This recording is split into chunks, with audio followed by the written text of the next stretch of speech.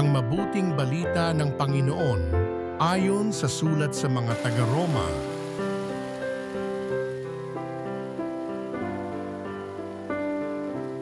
Mga kapatid, anumang nasa kasulatan noon pang una ay nasulat sa ikatututo natin, sapagkat lumalakas ang ating loob at nagkakaroon ng pag-asa kapag binabasa natin ang mga aral na matatagpuan dito.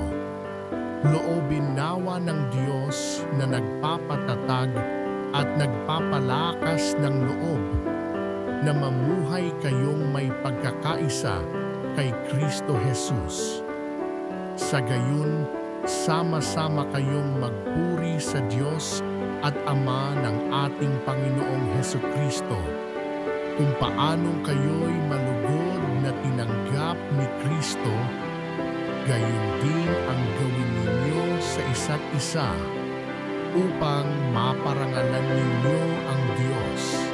Sinasabi ko sa inyo, si Kristo'y naging lingkod ng mga Hudyo upang ipakilala na tapat ang Diyos at tinutupad ang mga pangako niya sa mga patriarka at ang mga Hentil na may magpuri sa Diyos dahil sa kanyang habang.